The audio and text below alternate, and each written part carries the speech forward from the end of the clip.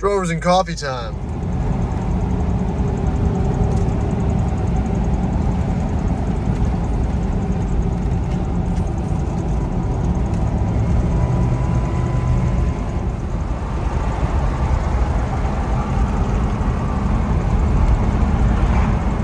County, the only difference is Hold on. be a little bit, but there will be soon. Yeah, I was so confused. I thought you owned.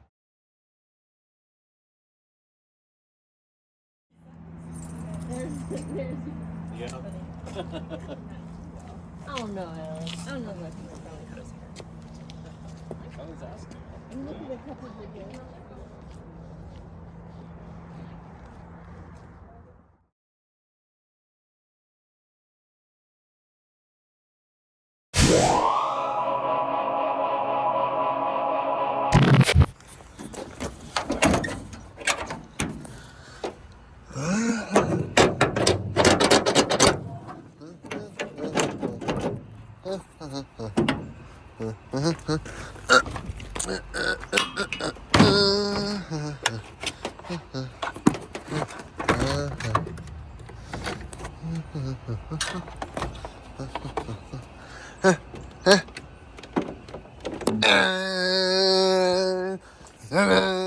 Howdy, welcome back to the Addicted to Motors YouTube channel.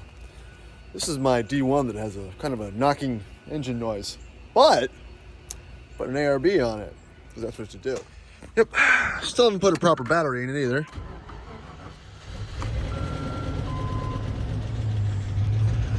Oop. Go away. Go, there you go. We're all good. We're all good. That noise is fine. We're not going to pay attention to it. It's not making it. Not a big deal. So, LR2. A buddy of mine just bought an LR2. It's a 2014 model. It's red. It has 80,000 miles. That's all that I know about it. So we're going to go to the shop, pick it up, and take it for a little spin. And it already has an issue, so that's going to be fun to potentially deal with. You know, this thing does drive well for potentially having a bad motor. It does the driving thing enough to make me want to just hold on to it and drive it as it is.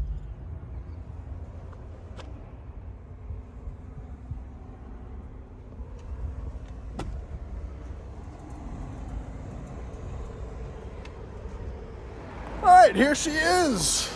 2014 Land Rover LR2. HSE in this wonderful red color. I'm not sure what it's called. I'm sure it says it somewhere. 80,000 miles, 200 cars. The CarMax trade-in that my buddy was able to grab. He didn't pay a whole lot of money for it, but I mean, it's fairly new. I think these came out in like 2007 or 2008. They originally had the Volvo straight 6 3.2 in it. Very similar, I think it's almost the same engine as Cindy's XC90. This one is a 2-liter, I think it's a Ford drive, or I don't know, Indium something, 2-liter turbocharged 4-cylinder, which I know nothing about. So here it is, the hood's up. Here's the little baby 2-liter. It looks very, I don't know, I just think it looks very Ford-like. Could be a Volvo engine, they also had a 2-liter. Everyone's got a Turbo 4. But great color, you know, I'm gonna take a step back. I'm not gonna pass judgment on this car until I drive it. I mean, from the get-go, regardless of the Land Rover-ness or not of it, it's not a not nice car. It's a 2014. It's got a couple sunroofs. It has almost new tires on it. Has good paint, clear headlights. It probably starts. The hood's open. It's a Land Rover. It's open because there's a low coolant light, and the coolant cap comes off, but the guts stay in. So that's how you know it's a Land Rover. It's already proved its worth, and it's proved its heritage and its pedigree, and we're here. But that being said, taillights, I like them. See this little hump here? Kind of, you know, harkens back to an LR3 or a Disco. I like what they're doing there. You've got the little side vent like a Sport. I mean, they really did try to bring a lot of design elements from the other Rovers into this one. You've got the kind of the clamshelly hood from the LR3 and L322. Good grill, kind of LR3, L322-y. So, you know, it's not bad for the baby one. All right, on the inside, and granted, I'm 6'1", 6'2". First impression's a nice place to be. It is still very Land Rover-y with, again, a kind of a hint of that Ford Escape. Very Ford Escape-y in here. But you've got your switchgear right here on the window. You've got your LR4-ish steering wheel. You've got your Ford gauges. You've got your kind of LR4 center stack here. Right, what else? You've got your drive modes for off-road stuff. There's no low range. You've got your Prindle. Still kind of looks BMW-y. It's like, they harken back to the original .1 BMW L322 shifter. And then you also have it on this side too, if it didn't make sense. So it's kind of lit up on, that's odd. Clock, some fake wood. But again, with these seats, you've got the armrest, which is interesting. You know, they really did try to make it Land Rover they really did create, you know, it's like a C-Class. It's supposed to be a mini S-Class or something. It is a shrunken little Rover. I get it. You know, and I'm pretty sure these things weren't cheap either until the Evoque came out, which also wasn't cheap. You know, you did get a bit. Heated steering wheel. It's fine. Oh, and like, yeah, LR like grabs. You know, it's fine. Everything in here is fine. Got a trunk. Got a piece of wood. Oh, he's got some mats. He's got some coolant. You know, he's got to have coolant. It's a Land Rover. Not a whole lot of space back there, but that's, you know, comes with the territory. So that's the thing about this one. There's really not much to go over. There's not much sold. There's not much there. So, you know, I would just kind of expect it to be a nice drive all around type of vehicle. So we'll take it for a drive and see how things shake out. All right, driving the LR2, the baby Land Rover, the knockoff Freelander, the not as good Freelander. I want a Freelander if you haven't been able to figure it out. All right, fired up, coolant level low. That's okay. I looked at the bottle. There's coolant in it. It's just probably off slightly what it would like to be at.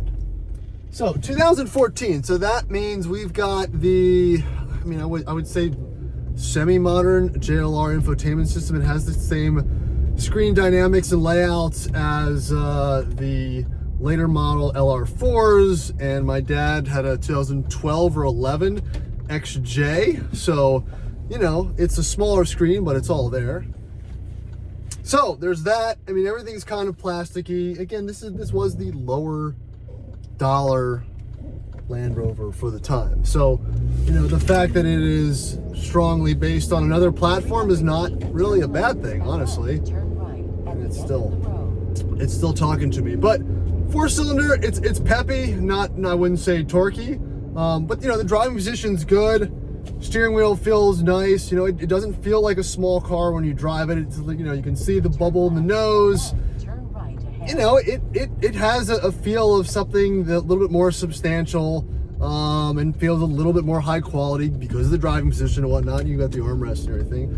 Then probably some comfortable things of the time. All right, so I got the navigation to shut up, so that's good. What else? Big mirrors. I had just turned on the Meridian sound system. It sounded fine.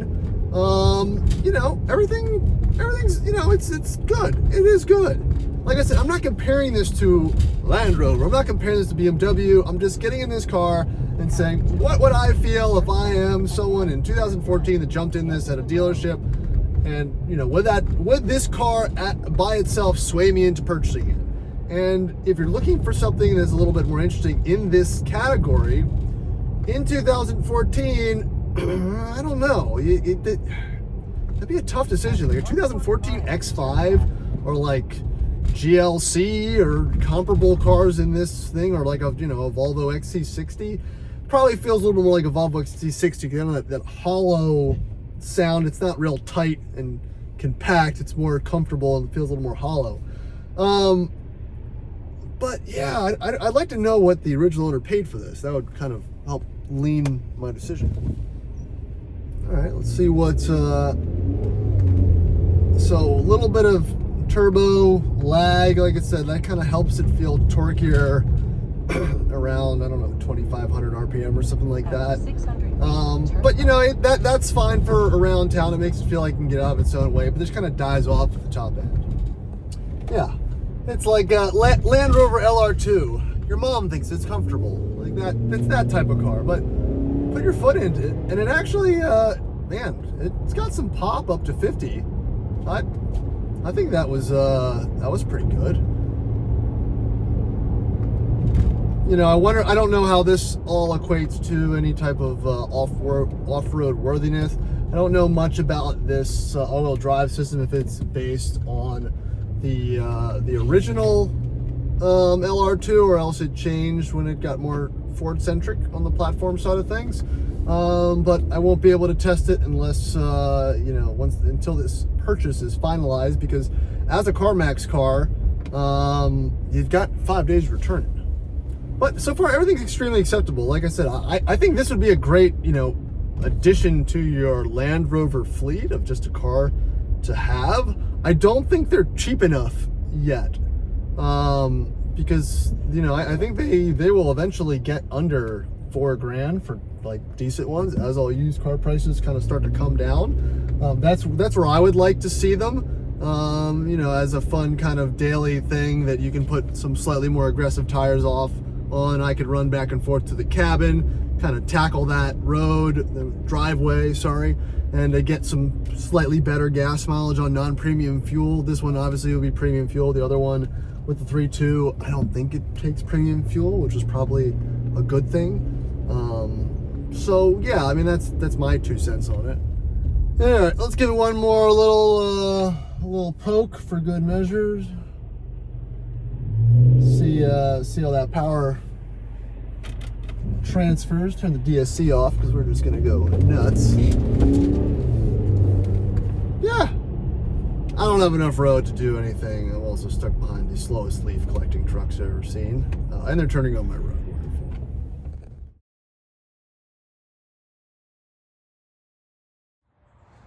All right, there's the angle. That looks pretty handsome, I'll be honest. You know, this is the Rover if you're comfortable enough in your Rover ownership journey that you might get a little wild to get yourself an LR2. It's not as classy as a Freelander, but it's not that bad. It's not that bad. Look, I mean, I've got Discos, I've got other products. I'm okay with this. I'm comfortable with myself enough to admit that an LR2 might be a pretty good choice, especially one in a red one with a AAA sticker. That's classy. So obviously this would be a more conclusive test from the Addicted Motors type of standpoint if I did take it off-road, which I would like, and I might still receive the opportunity to do so, which would be awesome. So we'll see. In the meantime, I wouldn't shy away from it. It's just a car that doesn't get brought up in people's car search for something interesting and whatnot. So add it to the list, right? It seems like it's probably going to be, I'm not going to say a classic or anything like that, but it should be a good choice if you're looking for an adjacent Land Rover that's a little more user-friendly, probably a little more economical, but still kind of looks good. Got a bunch of hooligans there. I should do the SQ7 later also. So that's actually all I got on the LR2 right now. Due to the coolant leak, I can't really do a full kind of thorough road test, and moreover the fact that I can't add coolant into it due to that reservoir tank cap issue. So we're gonna kind of put it on pause. I'm gonna get the car back once the coolant leak is fixed and run it up to the cabin, check out the highway mannerisms, take it up the road. Then you just kind of get a better idea of what it's like. I wouldn't say off-road, but an off-roady type scenario, which is probably what you guys want to see. Like I said, it's perfectly usable in the daily errands and things and putting people in, I guess. But the people want to know what it does. So that's gonna be it for this video. Please like and subscribe. I'm hopefully gonna have some more LR2 content, which we'll see if anybody wants to see it, but I want to see it, so I'm gonna do it. See you next time. Thanks.